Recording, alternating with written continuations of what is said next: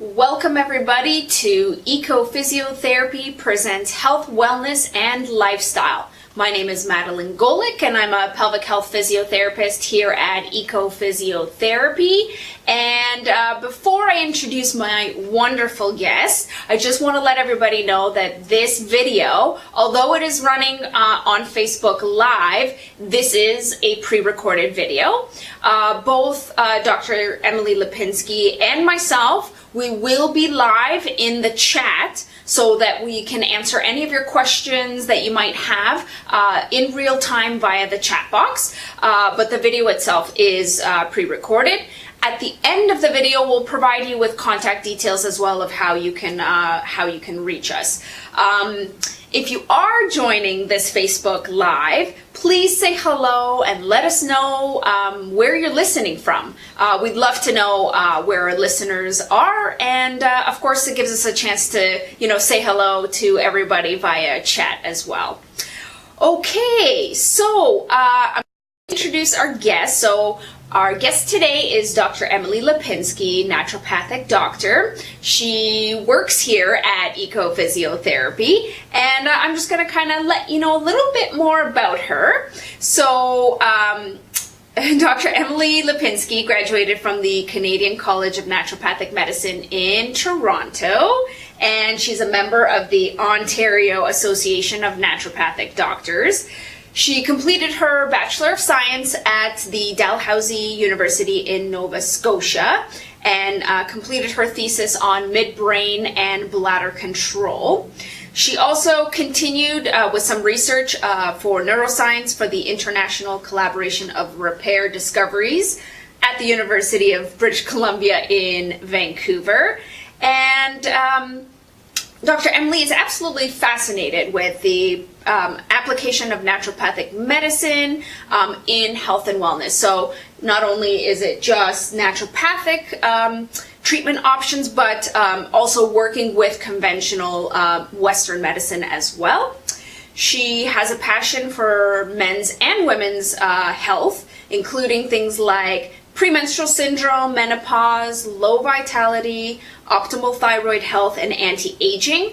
And she is, other areas of interest include depression, mental health, and digestion. So, without further ado, please welcome Dr. Emily Lipinski. Thank you, Adeline. You're welcome. Okay, so what are we talking about today? We're talking about sleep. Yes. I think this is a topic that a lot of people really struggle with and really want to have more information about. Yes. Yeah. So I guess maybe the first place we should start is, like, why is sleep important in the first place? Well, most people can easily understand if they don't have a good night's rest, they feel really lethargic. The appetite actually increases. People feel really hungry if they don't get enough sleep because sleep is vital for energy and it's vital for hormone balance. It's really important also for our mental wellness. A lot of people, if they don't sleep, they feel grouchy or irritable or sometimes have more anxiety, and over time this can accumulate. So people that don't sleep well can have a higher incidence of depression as well. Yeah, and not only that, but in the physiotherapy realm, not getting a good night's sleep really makes impacts on pain levels. Like, yes, people will report higher levels of pain and discomfort when they're not sleeping well. Absolutely. And of course, while we're sleeping, that's like when our body's like getting rid of all the 100%. Toxins and proteins and everything else that the body has basically accumulated throughout the day. Yes, detoxing, and it's also mentally filing. So it's important for memory as well. So, for example, if you're taking a test, it's really important to get a good night's sleep the night before. You're likely to do actually better on your test because your memory will be better. And I should note too, for metabolism and weight loss, sleep is imperative. Sleep really makes a difference in how well your body burns, and again, whether your appetite's balanced or not. When we don't get a good night's sleep, we're more hungry and more likely to gain weight. Right, and of course that maybe is an important key that a lot of weight loss programs might not focus in on, or might not even consider that as part of the wellness treatment plan. Like you have a personal trainer, you're exercising, you're trying to make diet changes, yet your sleep habits or your sleep hygiene, as we call it, it might not be the greatest. Right. Exactly. And can certainly impact that weight loss. Yeah. Yeah. Okay. So I wanted to ask you a question because this is something that's sort of come up with my clients, and I'm sure there's listeners out there that kind of wonder the same thing. How much sleep do we need? So science says about 7 to 8 hours, but I know there are some people that report even 5 hours is good for them.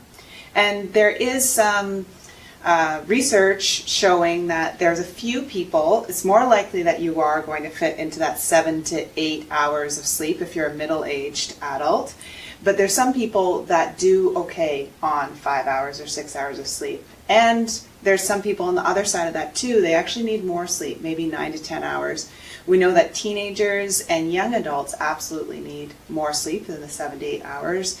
Most teens need a good 10 hours plus. And then as you get older, once you get over 65 and 70, these individuals might not need as much sleep for regeneration. So they might be okay with 5 to 6 hours of rest. Okay. Yeah, because I mean, in the research that I've been looking at for sleep, as well as I was listening to another podcast with, I guess his nickname is like the sleep doctor, and he was saying like people need to be sleeping 7 to 9 hours. And then I find myself struggling sometimes with, when clients tell me, okay, well, I sleep 5 hours and I feel great, but if I sleep a little bit longer, I have a headache, I feel more tired, I don't feel as good. So sometimes it's hard as a practitioner to be like, okay, well, the science says you should be sleeping this much. So I guess the question is like, where do we draw the line between saying, okay, well, this is, if you feel good with this, then let's leave it at that. Like, is that okay? Like, if somebody's sleeping 5 hours, just to say, well, you know what?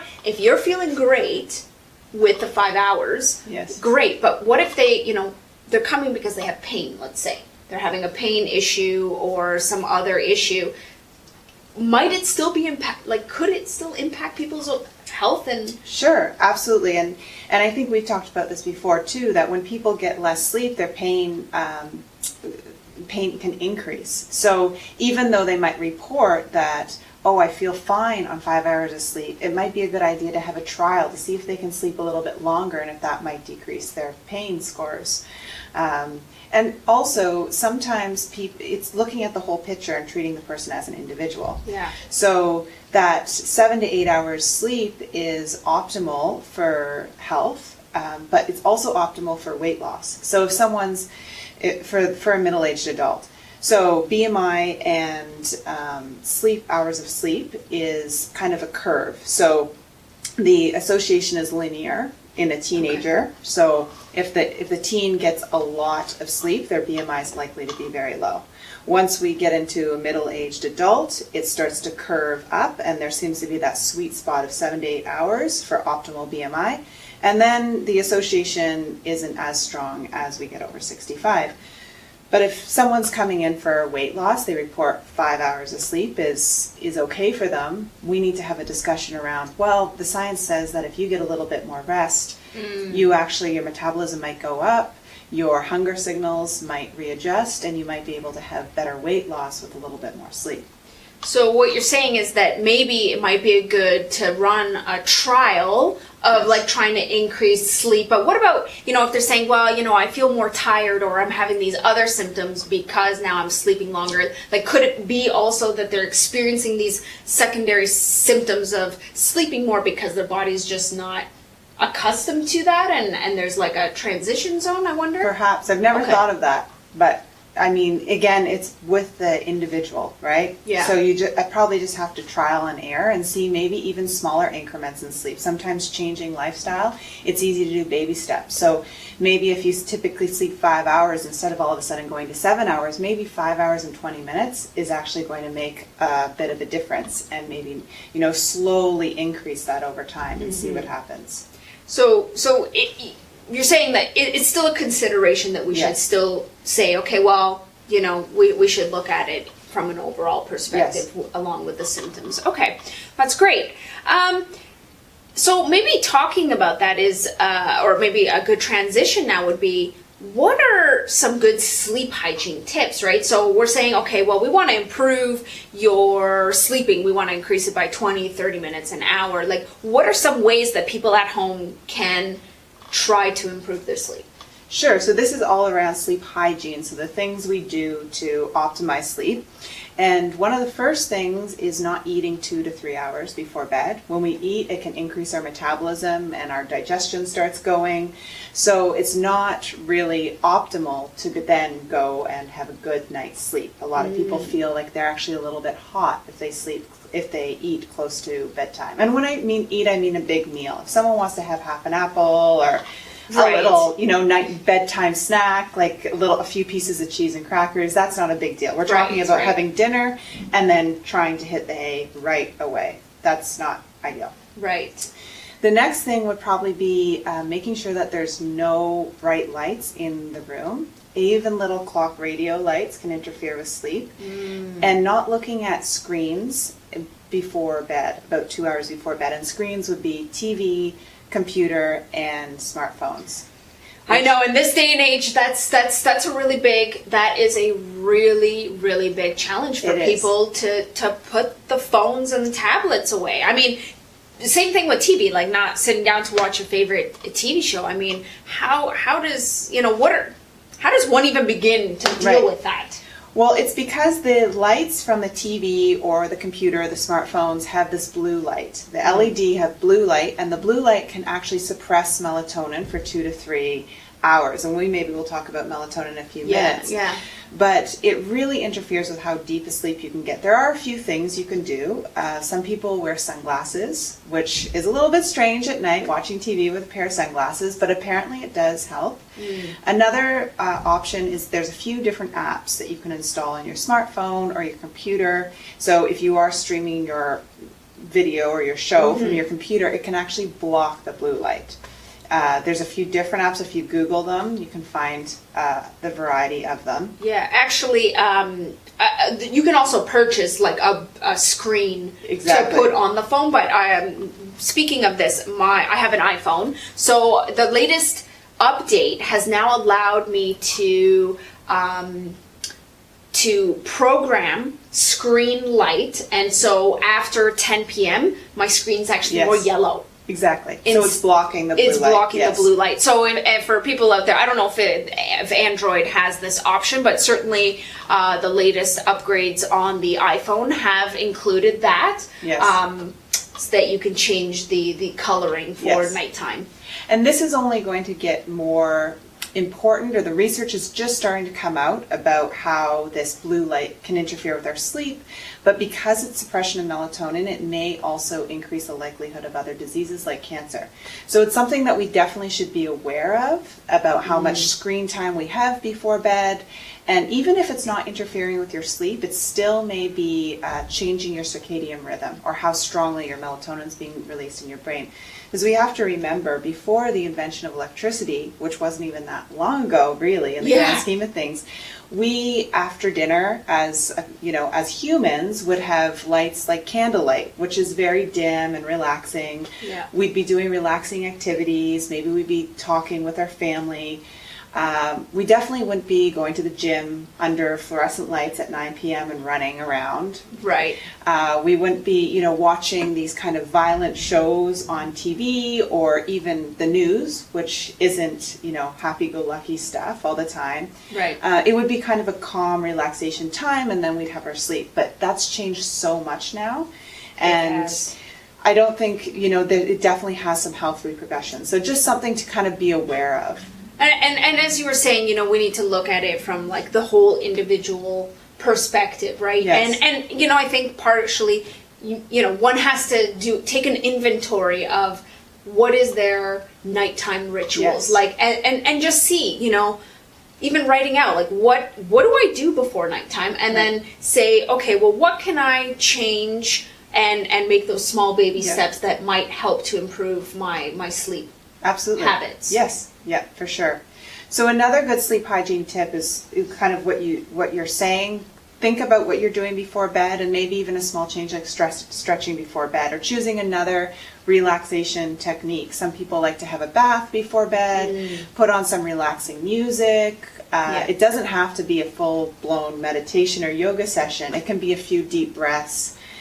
Something that's really, you're telling your body very consciously and mindfully, it's time for bed. It's time for bed. Okay. Yeah, and those are, those are really, really great tips. And so, I encourage you guys to, take a look. If you're having sleep issues, that might be the first step, like taking an inventory of like, what are your rituals?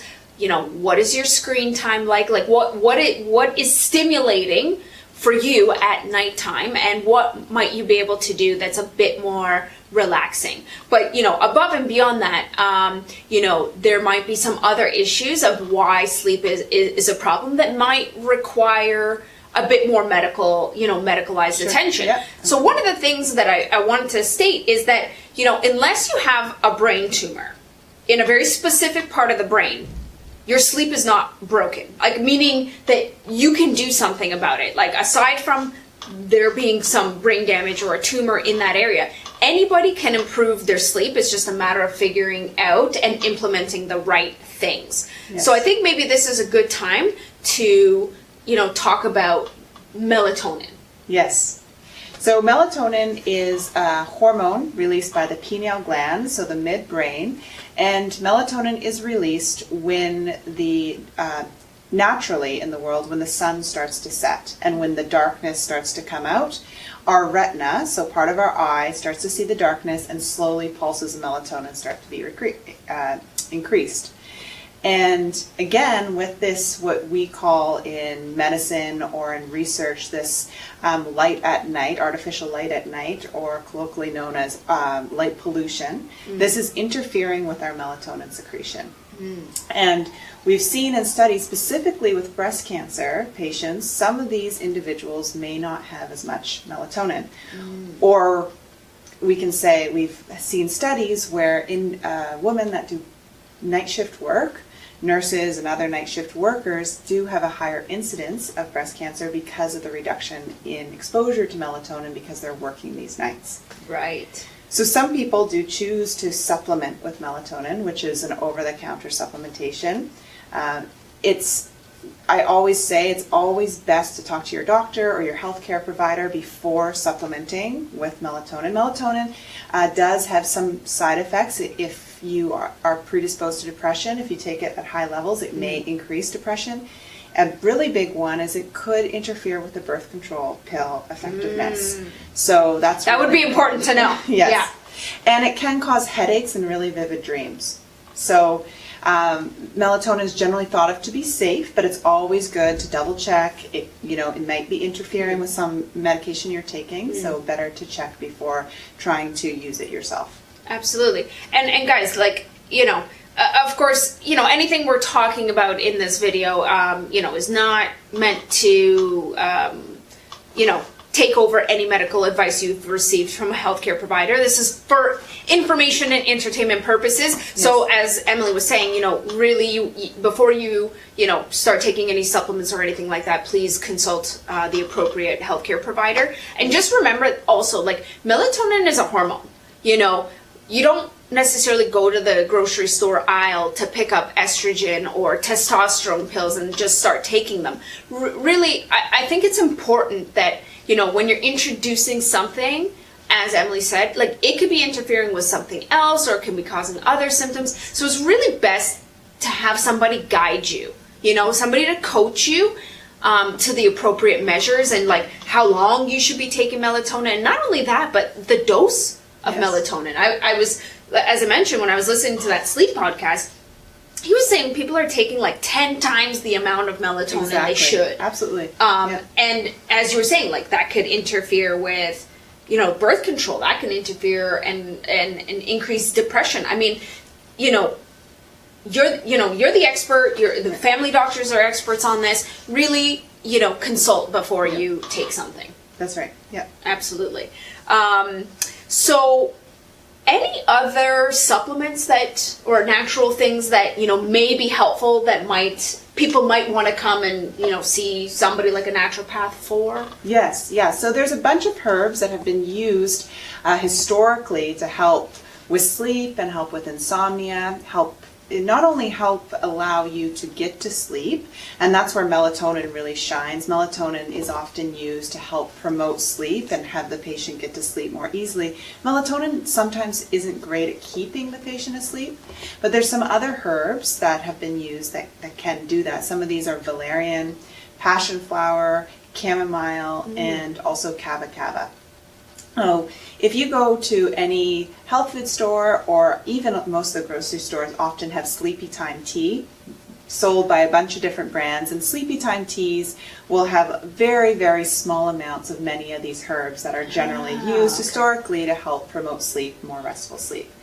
And what's fascinating is in some people that just have a little bit of trouble getting to sleep, even a cup of Sleepy Time tea can be really beneficial for them, even though it's such small amounts of herbs, which is back to your point. Sometimes all you need is such a very small dose to get a good effect. We don't need a huge mega dose to elicit the effect. Absolutely. And I almost wonder, I'd be curious, for those individuals who take the Sleepy Time tea, maybe part of it is like that they're sitting down and like taking that moment to just relax and enjoy their tea. You know what I mean? Like maybe they have like a little ritual where they just kind of sit down and enjoy, sipping tea and feeling the warmth and like including that mindfulness piece, which allows you to focus on the present and not your to-do list and what am I going to do tomorrow and like what's going on the news or whatever TV show. Maybe that's also what that adds value to, introducing something like a Sleepy Time tea. So having that mindfulness bit, bringing your awareness to the moment. But we should note that the Sleepy Time tea, if your body's been accustomed or used to taking common sedative medicines such as benzodiazepines like Ativan before bed, or a very common one in Canada is called Zopiclone, which is a non-benzodiazepine medication. It's very commonly prescribed under the name of Imovane. And if you've been using that and you're kind of deciding, or you're having a conversation with your healthcare provider saying, I don't know if I want to be taking this long term, or there's some concern around older individuals continuing to take these medications long term, so they're looking for other solutions. If you're accustomed to taking Imovane, Sleepy Time tea might not do the trick, right? Right. So that's where working with a healthcare provider that understands the use of some of these other herbal medications, that maybe they can help you wean down on your Imovane or your benzodiazepine. But again, this is something that you want to be overseen with, and someone that you're doing this as a medical intervention by slowly taking away one of your medications and adding in a natural substitute. Yeah, definitely under the supervision of a trained professional, please. Okay. I think this has been a really, great conversation about, sleep and the importance of it for like weight loss as well as for pain management. I mean, in the physiotherapy realm, I've been following Dr. Adrian Lau. He's a physical therapist in the United States, and he has like 4 pillars that physiotherapists should be looking at when it comes to treating especially persistent chronic pain. Sleep has its own, has its own pillar that, we really need to improve the way people are resting and, repairing their bodies. So that's, from a physical therapy side, like that is something that, needs to be looked at and addressed. And then, of course, there's like the naturopathic side to sleep as well. So hopefully you guys found this brief discussion. I mean, you and I could probably go on forever, and maybe, if people are finding this information useful or have other questions, which again, type into the chat box, because if we're finding that we're getting the same questions from people, like we can do a part 2. Sure, and try to, answer some more of your questions, generalized questions as well. But if you're thinking, okay, you know what, I got a problem with sleep, I need to, talk with somebody, and you're thinking, Dr. Emily might be a really good fit for you, we want to give you some contact details. So if you wanted to speak with either of us, you can contact us at the clinic. So our phone number is 905-803-0307. Again, 905-803-0307. We'd be more than happy to chit chat with you, and Dr. Emily has graciously offered to do a 10-minute phone or in-person kind of meet and greet where you can sort of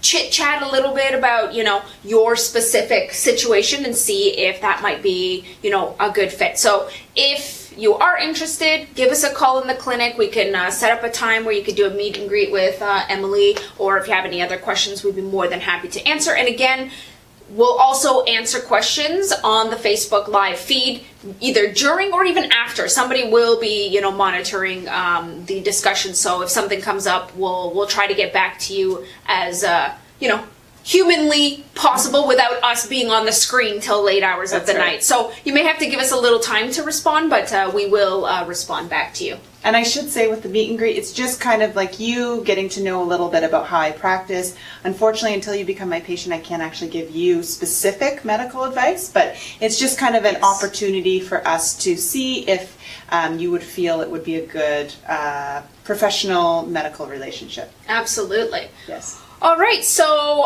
thank you everybody for joining us for our first, official kind of launch of our sort of TV channel, for lack of a better word. And we hope that you'll continue to join us as we will be bringing in new guests and new individuals to talk about health, wellness, and lifestyle. So take care. Bye.